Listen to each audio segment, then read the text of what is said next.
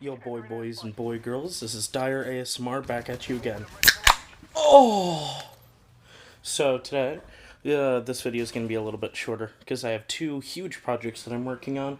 One is a specialist guides, and another one is a loadout guide, which is just my preferred loadout for every weapon in the game, my tips for using every specialist in this game.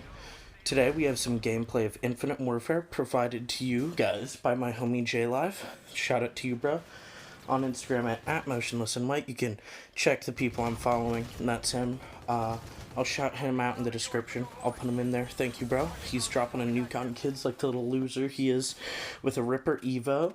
He has some bullshit Infinite Warfare attachments, and I'm pretty sure he's using the Synaptic rig, so you can tell he only uses the VMP and beats off to little boys. Call him a Catholic priest, you know? That monster hits different. It is currently 1:55 a.m. Drinking a fat monster, having fun. Now, I'd just like to talk to you guys about the fall of Infinity Ward. How Infinity Ward went from everyone's favorite Call of Duty studio to everyone's least favorite.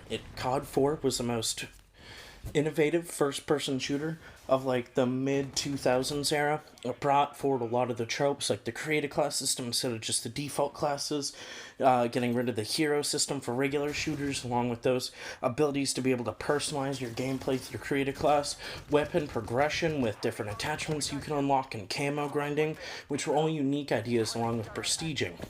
But after COD 4, Infinity Ward, the two head guys got into an argument with Activision, which I have a bunch. Had to yell at those fuckers to unreset my BO4 account recently. But basically what happened is, like, Vince Zampella was like, yo, nigga, pay me. And then the fat fuck at Activision was like, no, we're too busy ripping people off on this development of a game called Destiny, which we're gonna, like, sort of make good, and then never give anyone any story, and then make sure it goes to shit in the second one. He was like, okay, well, I want to get paid. So then they sued Activision. Activision fired them and then sued them, so they got ass fucked. And kind of as revenge, they made their own studio, and then they sold it to EA, which is where they now work. They came out with Titanfall 1, 2, and Apex Legends, all great first-person shooters. I would have preferred a Titanfall 3, though, because Battle Royale can suck my filthy asshole after I've eaten Taco Bell and hiked the Grand Canyon.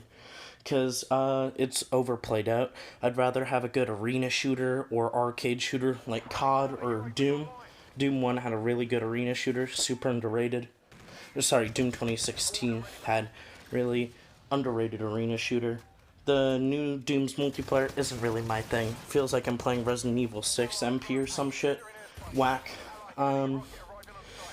For this background gameplay, you can see Infinite Warfare, which was a very playable game compared to Modern Warfare. Extremely fast-paced, minimal skill-based matchmaking, and overall fair gun balancing. The only thing that threw this game into the gutter, for me personally, was the weapon variants. You could pay to just have a better weapon than other people. And I think that shit is big homo. I don't want that in my game. I don't want people to be able to pay to beat me. And with Black Ops 4... it's still there, but with a much lesser extent. Someone can drop $20 on a VMP, but it's not just a better version of the gun I have. It's a different gun, it's a whole different experience, and you can also grind out the VMP and micro-MG extremely easily. You can also grind out the flashlight shotgun extremely easily. It's like Advanced Warfare or Infinite Warfare, where even if you're using the best gun in the game, someone could pay to upgrade their best gun in the game. And if you got unlucky and played free-to-play, there's no way you could get that version of the best gun in the game, which is extremely frustrating. Another thing Infinite Warfare did well is having contracts to be able to get the new DLC guns, something Modern Warfare has done in part, where you can do contracts, but it's to unlock new attachments, which isn't quite fair. I feel that if you have your gun max level, you should have all the attachments for it, and if they come out with a new attachment, they should just add it to the gun. COD World War II and Black Ops 4 have come out with a much more fair variant system, which I hope we stick through with far into the future. Talk to you guys later. Have a great day. Hope y'all enjoyed the video. Peace out, boys and boy girls.